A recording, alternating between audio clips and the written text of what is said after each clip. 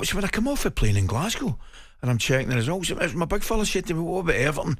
And I actually said to him, I said, yeah, well, that'll do them a world of good. They went, they could beat 3-2. I said, I just couldn't believe it. No, but far too early, I think. But now at Old Trafford, Erik ten Hag seems to have run out of magic. And it will take time. And so it's not like I'm Harry Potter. And that is what you have to acknowledge. I always bemused a little bit that he doesn't show a little bit more empathy for his fans in these press conferences. He's got to go. I've been saying this for months and months. About a year ago I've been saying this. He's a cup manager and that's it. That's all he is. What am I seeing on that pitch? It is absolutely criminal. These players, they should not be going home in their fancy cars tonight. They should all be walking home. We've only just started this season. This manager is not good enough. He's honest to God, it's like looking at a coat on a coat hanger. You're a wizard, Harry. I'm a what? A wizard. You're a Harry Potter fan, Coisty? Yeah, I am actually. Are you? I do. I like it. I don't mind about it. I watched the first couple of movies and thought they were fantastic, but then they just kept coming and coming and coming, like magic. I must admit, I think she's a genius. I really do. I enjoy it. I probably enjoy the movies more than my kids, to tell you the truth. I haven't read the books. The books might be tremendous, but yeah, in answer to your question, I'm a big Harry Potter fan. I suppose, as far as Erik ten Hag is concerned, if we say that Sean Dyche has only had 3 games this season, the same argument has to apply to Erik ten Hag. Yeah, agreed. Totally. I mean, the fact of the matter is, and listen again with the boys yesterday after the game, and Gary Neville will be near the crux of the matter than I will be, because he'll leave his ear to the ground. He's come out and said that he believed that they looked around Europe to replace Erik ten Hag, and they didn't see MD that fitted the bill. So, they thought, okay, good result in the cup final, let's go again. So I don't think there's anything changed in the respect that, there's 7 or 8 fantastic options out there that are going to manage Manchester United. And if there is, I'm sure the Manchester United fans will come on and tell me who they are. Well, Tyler, the Manchester United fan, says I'd take Sean Dyche at Manchester United over Ten Hag any day. Ten Hag hasn't just been talking about Harry Potter, though. He's also caught up with talkSPORT's Alex Crook in a Frosty exchange. We always have to do hard work, but we can't work with our team. We know where we want to go. And we have to keep working on our structures, but also work on the mentality, work on the fitness, because some of our players, they have their first start in the season. Hopefully they can play some games for the nations coming weeks, but hopefully also that they stay fit. Erik, you mentioned mentality a couple of times there. Is there a concern? Did I? I don't think I didn't mention one time mentality. You literally just said mentality. I don't think. Okay, but do you think there is an issue with the mentality? Because you were in the game until 1-0, and then the players seemed to fade away very quickly. No. I think we were in the game, as you say. We make a mistake, but I think the team showed resilience. They kept fighting for each other. They stick together. They still executing the plan, and they dealt with the mistakes they make. And I think that is good from the team. And I think there's also a platform to continue in the season. United fans, let's hear from you. 03717 223344. Give us a call.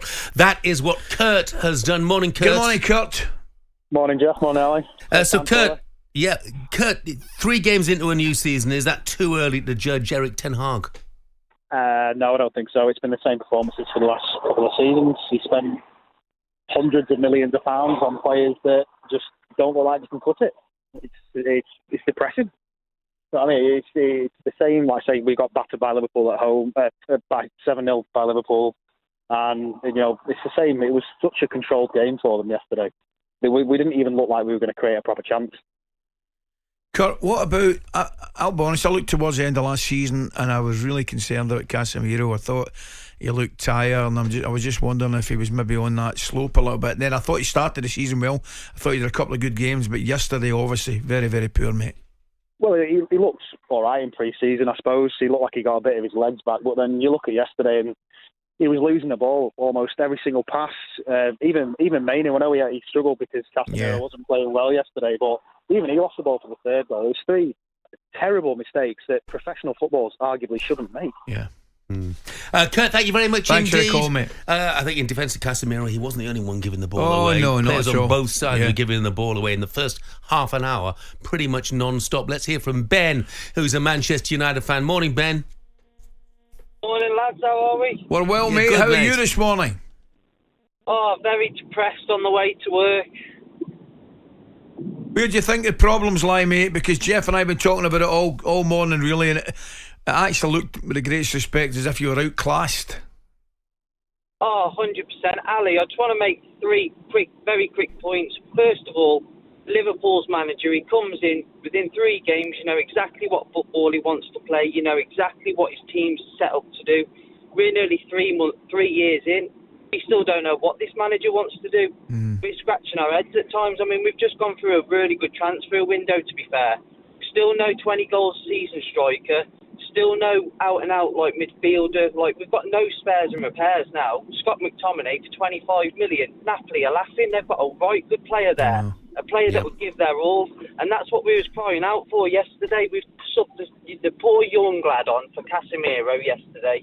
And him and Kobe Mainoo, with their experience against a team like Liverpool, with their midfield, they absolutely killed us. Yeah. And I'm not being funny. We could be playing Europe like this. We'll get knocked out again and again and again. This manager's just got to go now. He's proved that he is, just like the last caller said, he's a cup manager. He'll get you over the line in a cup game. He might get you the odd trophy, but we had better football under Ollie. And this is where people have got to be honest and hold their hands up and say, right, we give Ollie the same amount of time, but we kicked him out the door. This clown has to go. Ben, thank you very much indeed for the call. Ben. Let's squeeze Mike in as well, who's a Manchester United fan. Morning, Mike. Good morning, Mike. Morning, gents. How are you? Great show again. Thank you, mate. Appreciate it. So, what's your view of what happened yesterday? Oh, it's affected my mental well-being. This it really is. I mean, I renewed my Sky subscription just this year. I'm 3 games in. I'm thinking of cancelling it already. It's just soul destroying. It really is. I mean, the manager, I just don't know where he comes from. He wins 1 or 2 games. He's won a couple of cups, but even a blind squirrel can stumble across the odd nut. I just don't know where this guy comes from. He doesn't seem to have any strategy. He's managed to devalue what was potentially touted as an 80 to 90 million pound striker in Rashford. He must be worth about £3.50 now. It's just a complete car crash. It really is. It's just soul destroying. It really is. Mike, hang on in there, mate. It's only 3 games into the season. Thank you for the mate. call. Ross, the Motherwell fan, says, morning, guys. He might not be Harry Potter, but I know there'll be a few fans lining up to boot him in the Philosopher's Stones. Thank you very much indeed, Ross. Coming up, after Ali just admitted he's a big fan of Harry Potter, we quiz him on his fandom next. talkSPORT Breakfast, waking you up Monday to Friday morning from 6 a.m.